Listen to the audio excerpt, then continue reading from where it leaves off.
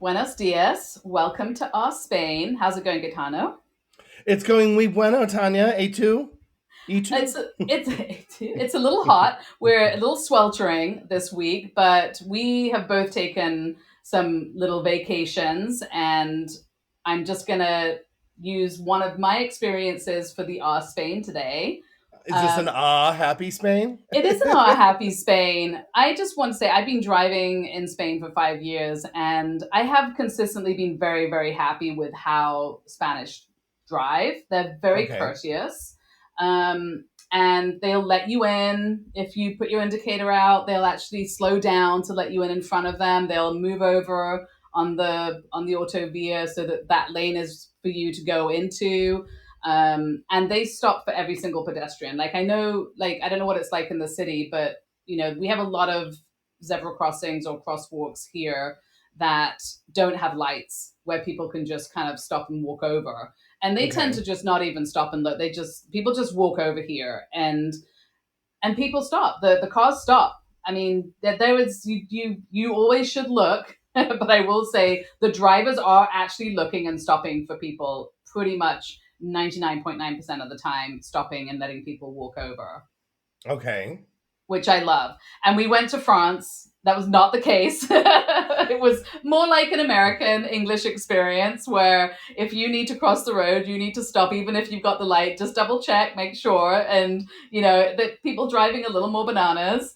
And Okay. so when we came back into Spain, I was kind of like, oh, yes, it's nice here how courteous the Spanish drivers are. It's refreshing and Okay. unique, apparently. Okay. So that's my R Spain. Thank you to all the people that drive here and the people. I think it rubs off, as well. You have to change your way of thinking about how you drive a little bit when you first drive here. So I just want to also encourage everybody to kind of get with that program when they're coming here and driving from other countries, because it's a really nice way to get about. Okay. Well, And I have to say, it costs €1,000 to get your license here, so maybe they're courteous because they don't want that taken away because it costs so much to get. I don't know how much it costs to get a license in France, but maybe they're just giving them away. They're letting anyone oh, on the road. that could have something to do with it. So that's my R Spain. I would just wanted to appreciate the way that people drive here. Um, And today we're going to do 20 fun and silly proverbs, Spanish proverbs. And some of them we have they're quite similar to things that we also use in English, but some of them are just completely bananas.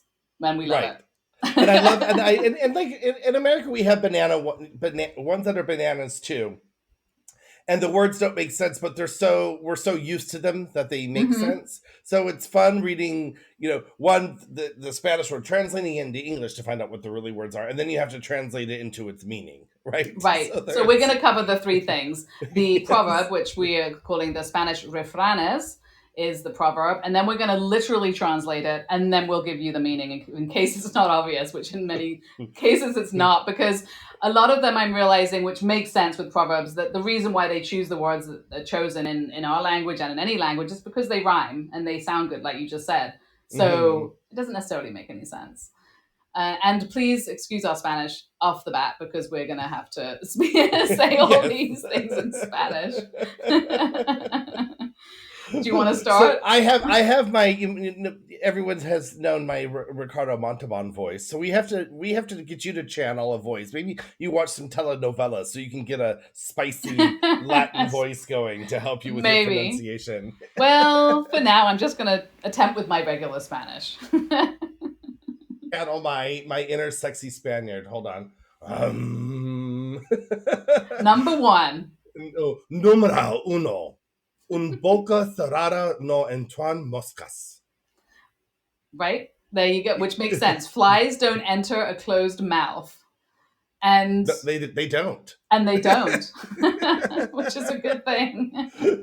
So this means think before you speak. So I'm gonna have to learn this one because I have kids in the house that Yeah. sometimes just start talking. So you got to use that in Spanish, obviously. Yes. Boca cerrada no entran moscas. So we learned a few words here. Moscas is flies. Moscas is fly, see. So I Cerrada like, is closed. there we go. And En Boca, which En Boca, obviously, I think we probably know that one. That's a pretty That basic one, yeah. Spanish one. This one, so number two, I love. It's kind of, it's a variation of something we have. Aunque la mona se vista de seda, mona que se queda. Even if a monkey dresses in silk, it's still a monkey. A completely bizarre version of our completely bizarre, you can't put lipstick on a pig. Right. No, you can put lipstick on a pig, but it's still a pig. And you can dress a monkey in silk, and it's still a monkey. It's still a monkey. Because I do believe when I was in Morocco, I might have seen some monkeys dressed in silk. So I'm sure you did. They were all over the Three Stooges movies when I was growing up, right? There was always some, what would they call those? The monkeys with the music boxes. There's a name for Oh, those. yeah. But anyway. There's a name for that. Yes. So another one we have here is no saber ni papa de algo. De algo. De algo. No, not knowing a potato about something. There you go. I mean, that makes sense, right? You don't know anything. You don't even know a potato about this thing. I like that. That's very like clear, I think. Yes, I think so. Yeah. Number 4. This one's funny. Cuando las barbas de tu vecino veas corta, pon las tuyas a remojar. So when you see your neighbor's beard cut, soak yours. So I didn't know if you have to cut a beard, are you supposed to soak it first, maybe to get your skin and the beard and the hair maybe soft? Well, if you're going to shave, you have to moisten your face, and you want to be yeah. That's about if you see something happening to somebody else that might happen to you, prepare yourself. So you prepare your beard. Because you've already seen your neighbor's beard be cut, like you don't want it cut without soaking. You don't want to bleed like your friend's bleeding. Right. I gotcha. So, it's a very long one, but it very much makes sense. I didn't understand this because I don't have a beard, luckily, and I didn't know that I had to soak it before I cut it. So our next one is casa de heda. Let me start that one over. Mm-hmm. Casa de Hierro, Cuchillo de Palo. Okay, so you got to roll the double R and one R. Do you want to try that again? Casa de Hierro. Wait, Herrero. Casa de Herrero. We're gonna have a whole episode in how to roll R's. That'll be later. Well, I know how to roll my R's. I don't know how to stop rolling my R's if you've got 50 R's in a word. Casa de Herrero. So you roll the first two and then the regular one. Anyway. Okay. So you'll do the translation. So Casa de Herrero, Cuchillo de Palo. Cuchillo. It's double Cuchillo. You're going to criticize my Spanish. I'm coming after you, lady. This is a really hard one. I recommend everyone put this into Google and have the women there translate it for you. or speak it for you, you mean. There you go. A blacksmith's house, a wooden knife, like the shoemaker's son, always goes barefoot. It's kind of the same thing. So it's basically saying that if you are the blacksmith's house, you probably don't have a proper knife, and if you're a shoemaker, you probably don't have any shoes. Like nobody from the family is taking advantage of the skills of the expertise that the person in the house has. Well, I mean I grew up with the expression "a nurse's child's always sick." There you go. I don't know exactly. if you heard that. So that's.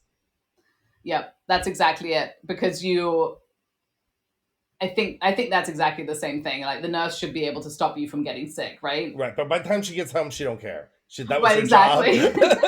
Well, and if you've been making shoes all day, I'm not making you a pair of shoes too. No. It's just not happening. If you're a cleaner, your house is probably going to be the dirtiest. The last thing you want to do is go home and clean your own house after you've been cleaning everybody else's houses. This one is, number 6 is interesting. I sort of like this. I'm not sure I completely understand it, but más sabe el diablo por viejo que por diablo. So the devil knows more because he is old than because he is the devil. I get that one. That means you can't compete with the value of experience. It means that he's not evil. His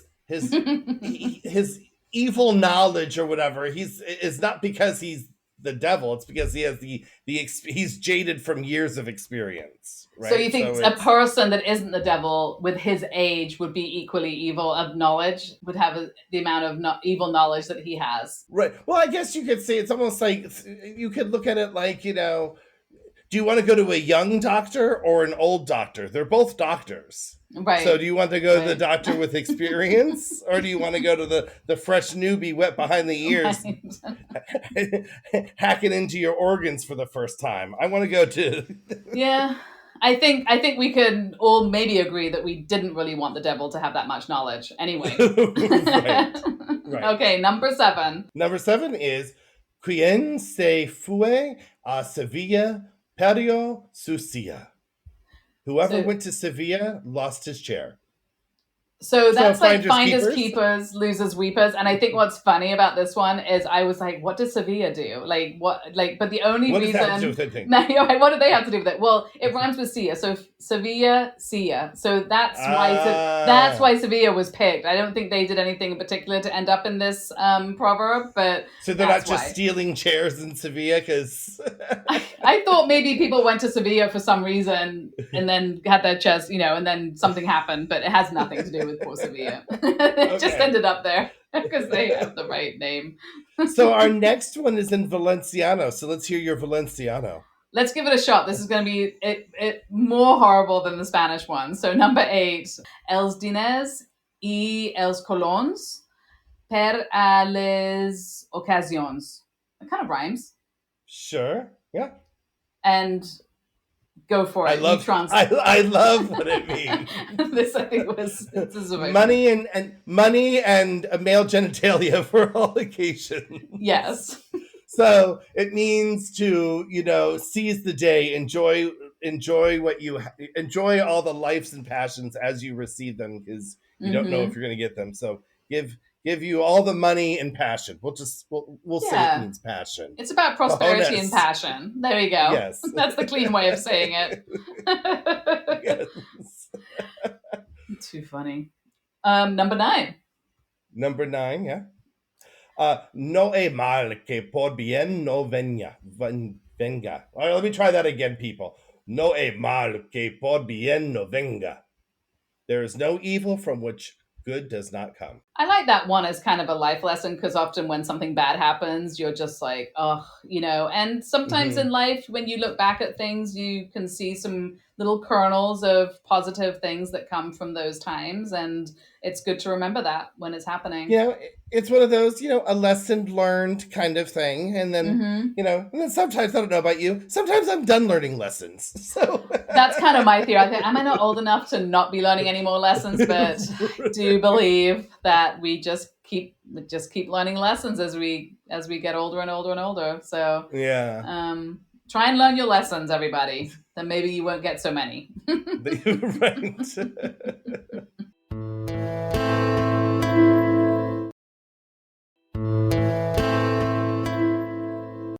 Number 10. You're up for number 10, yeah. Ojos que no ven, corazón que no siente. What the eyes don't see, the heart doesn't feel. So that one, if we don't see something, we tend to forget that it exists. And so it doesn't hurt. So does it hurt if you lose it?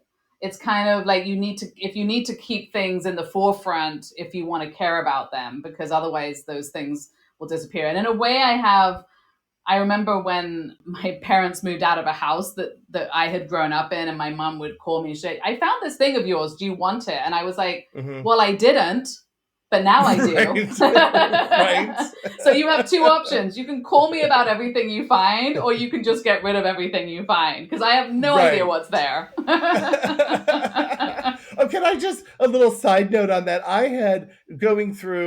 Just the other day I was going through the phone, and I had taken pictures of, one, I was selling so much stuff and getting rid of stuff. And when you were in the States. For the stuff before we moved here. So I had taken all these pictures for stuff going on marketplace and all that stuff. And then I also took pictures of things. I'm like, I'm getting rid of it, but I want to take a picture of it so I know of what I had. And I was going through that, and it's exactly it. I was like, oh, I missed that thing. Why did I get rid of that? So bad idea to take it for memories, I guess. But also at the same time, it's gone, and I really don't miss it the next day. Do you know what I mean? After my reminiscence of it. Speaking of lessons learned, are you happy you took the pictures or not? I am happy because, it's nice to know the things you had, and I don't really need those possessions. But it was like, how did that make it into the bin, the go bin and not the move bin, right? Right. Well, the decisions, I don't know about you, but when we were moving, I was making brutal decisions. I want to say 3 purges. Like I did one where I got rid of the obvious things. And then I was like, we still have too much. And then I did another purge, and every time I did a new purge, I was getting better at it. And so by the third one, I had really got down to getting rid of things that I really knew in my heart I didn't need to move with, but I sort of was like, maybe I'll keep it, and by the third time, I'm just like, I'm just brutal, like just cut and go. Like the first one was, now that I look back, the first purge that I did was a little pathetic and not very useful. So there's some advice when you're moving. Plan on doing a few purges. Don't leave it all to the last minute. Kind of get the easy things out and then move on, and maybe take some pictures so that you have them for prosperity, and that's it, Yeah, exactly. Okay, what number were we? We moved. Well, now we're at 11. Number 11. Si te quedas 7 veces, levantate 8. Okay. We have similar versions of that, I think. Yeah, so it's if you fall 7 times, get up for the 8th time. Yeah, keep trying. Keep going. Trying. Yeah. Keep going. That's very specific. So number 12, el que mucho abarca, poco aprieta. The one that embraces a lot can't keep it together. Now, I love the actual direct translation of this because it kind of sounds like if you're too affectionate, you're one of those needy, clingy people. Yeah. Right? You're just like, you're not kind of, and this might be a very British side of me, which is like people that are way, way, way too affectionate all the time. I feel like you're doing that to everybody. You're not being very specific, and maybe it means less. I'm sure that's not the case for people that are doing that. They're just very affectionate to a lot of people and they like doing that. But from a British point of view, it seems more like you haven't chosen who to be affectionate towards. Right? Does that make sense? Yes, because you British people are so known for your affection. Right? So to me, if you're going to be affectionate, it means something because that's the special thing. But that isn't even what this is about. This is about don't bite off more than you can chew. So it's not even about what I thought it was about. Right. So don't bite off more than you can chew. And in my Italian way, looking at the little translation, I'm like insulted by it because I'm like, what do you mean someone who hugs a lot can't keep it together? Because we're a huggy family over here. We're not. So it's interesting, isn't it? It's like I think the direct translation is an extremely interesting proverb in a way because it can mean a lot of different things to a lot of different people. Mm-hmm. Yeah. Numero 13. So, there you go.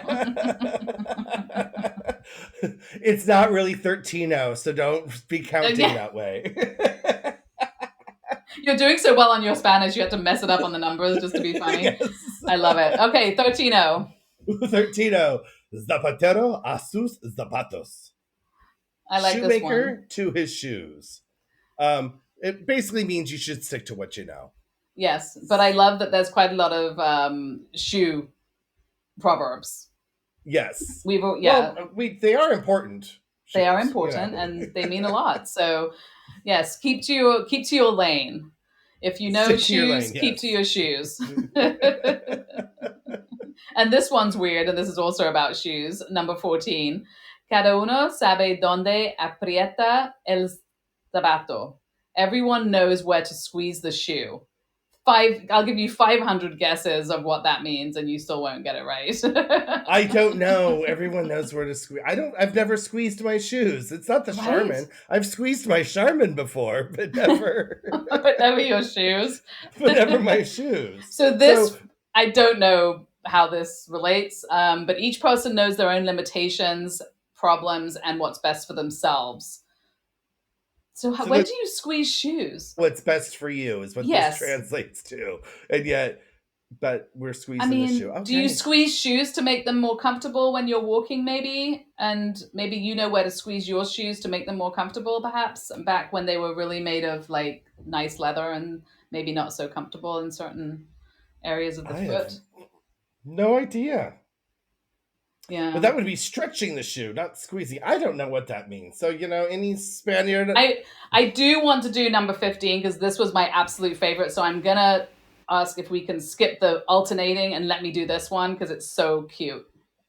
You are so needy. You are so someone who embraces a lot, can't keep it together. So. I know, and I could have organized them better and made this one land on me, but it didn't happen.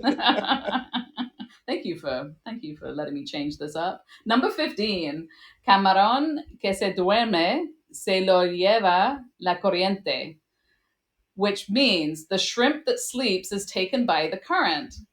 And I think that's so cute. That is cute.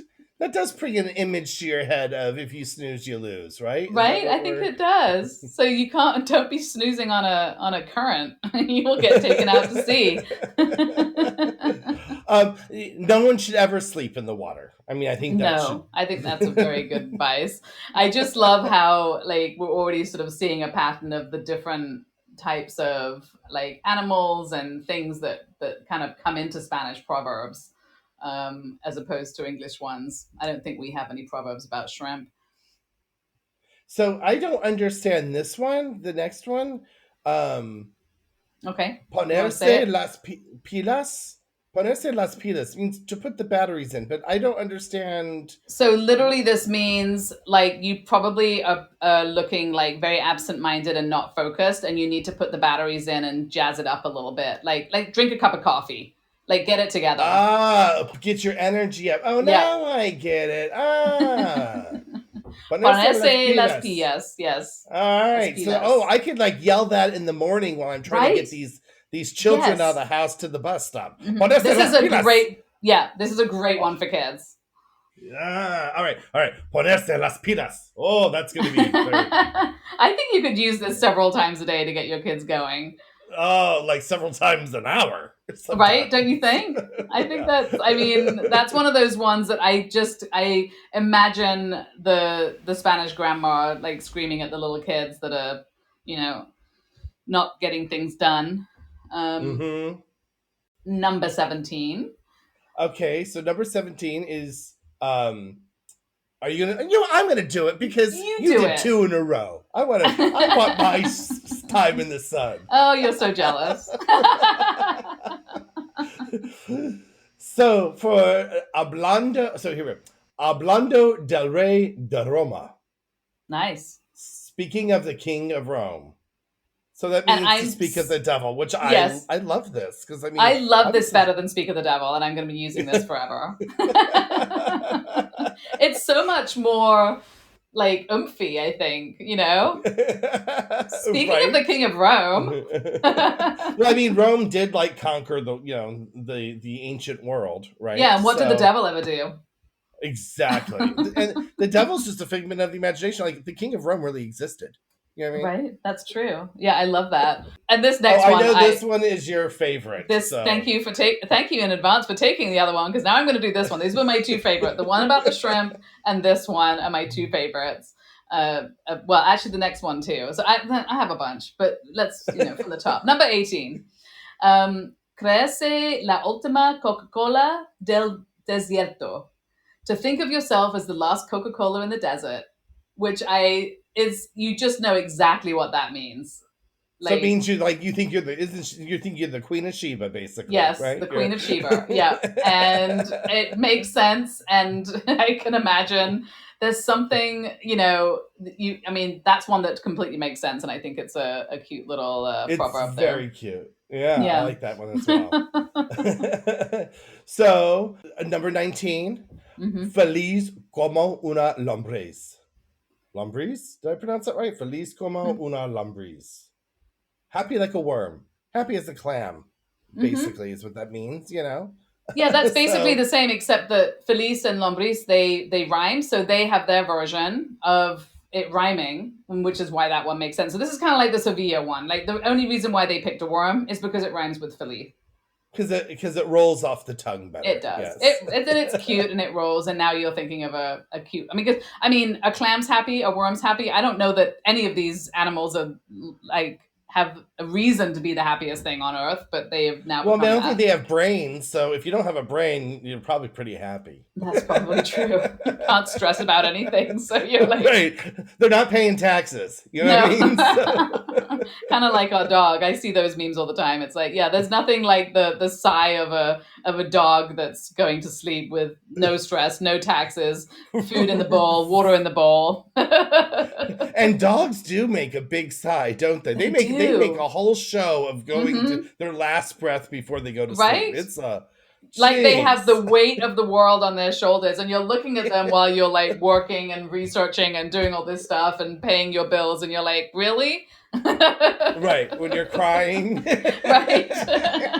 And your dog is sighing, who just ate a whole like bowl of delicious food and then got a treat afterwards. Yes. Right. Okay, the very last one, number 20.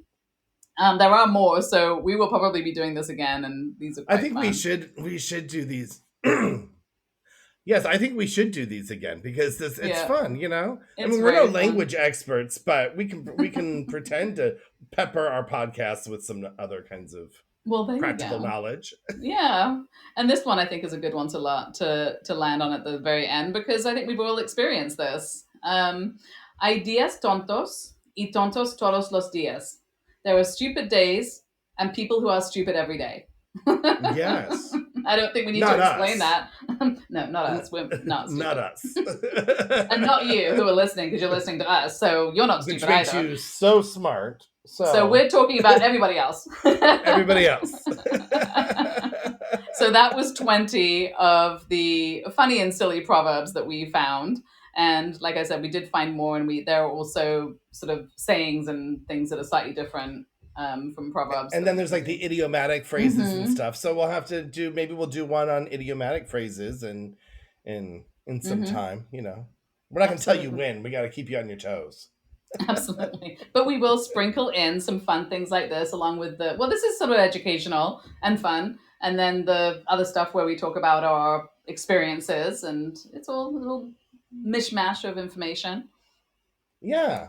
Yeah, I have something I wanted to tell you. And Mm-hmm. I forgot to tell you the story. So speaking of experiences, so this is totally a side note on this whole thing, and I guess maybe it's a double ah Spain. I don't know. But last night I went to the kebab shop around the corner, Mm-hmm. and we go there a lot because in the summer the kitchen's closed. Shea Okay. Gaetano is not open for business, No, it's too and hot. it's Is too this one of hot. those kebab shops that does kebabs, pizza, hot dogs, hamburgers, or is it an actual kebab shop? They don't do the pizza. They only do Okay. kebab, but they do have like samosas and croquettes. They have like the Mm, fried, and they do do a hamburger, but okay. it's not the frozen pizza, and it's really good. And if I knew the Okay. name, I would totally give them a shout out, but I don't know the name of the shop. I just know it's the one on the corner.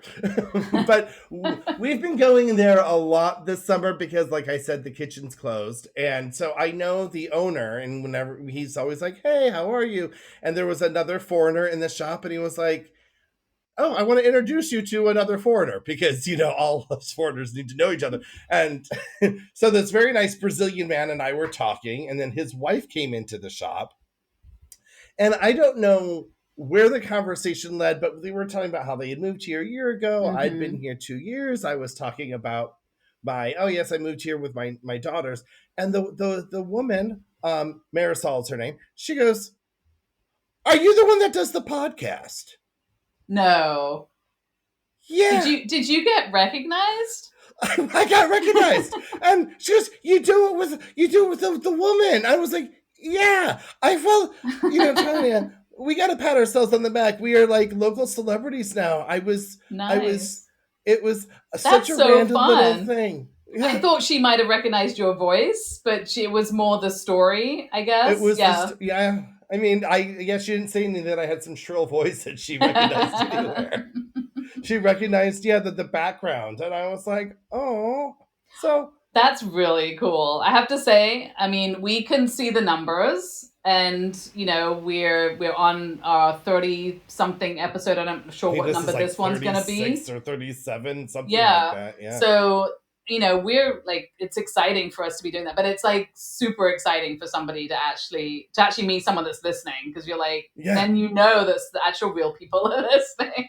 I know that sounds crazy, but it does sound like, it does feel good, doesn't it? Yeah, I mean, we see the numbers and you're like, and we are growing and it's amazing. And thank you all for listening and everything, because it's making it worthwhile for us. I mean, makes us feel good and we're being heard. But yes, to have some random person at the kebab shop. At the kebab shop. That's so great. Well, shout out to them for recognizing you. And yeah, that's exciting. That's an Right? Spain, an Spain. I don't know what you want to call that. So we start and end on an Spain, I guess. I guess so. I love that. Well, thank you for listening, everybody. We love doing it, but it is nice if people are actually finding us a little entertaining, not just we're finding ourselves entertaining. So there's our silly proverbs and silly stories for today, I think. And I think so, and I think it was a fun hangout with you today, Tanya. It was, yeah. And thank you for letting me do 2 in a row. It was very exciting. Of course, you're too kind. All right, ciao. Ciao. Hey, can't get enough of us? Follow us on Instagram and Facebook at Spain Podcast. And on our website, ourspain.com, which we will be updating with exciting new things as we grow. We would love for you to message us with any topics you would like to hear about. See you next time. Bye.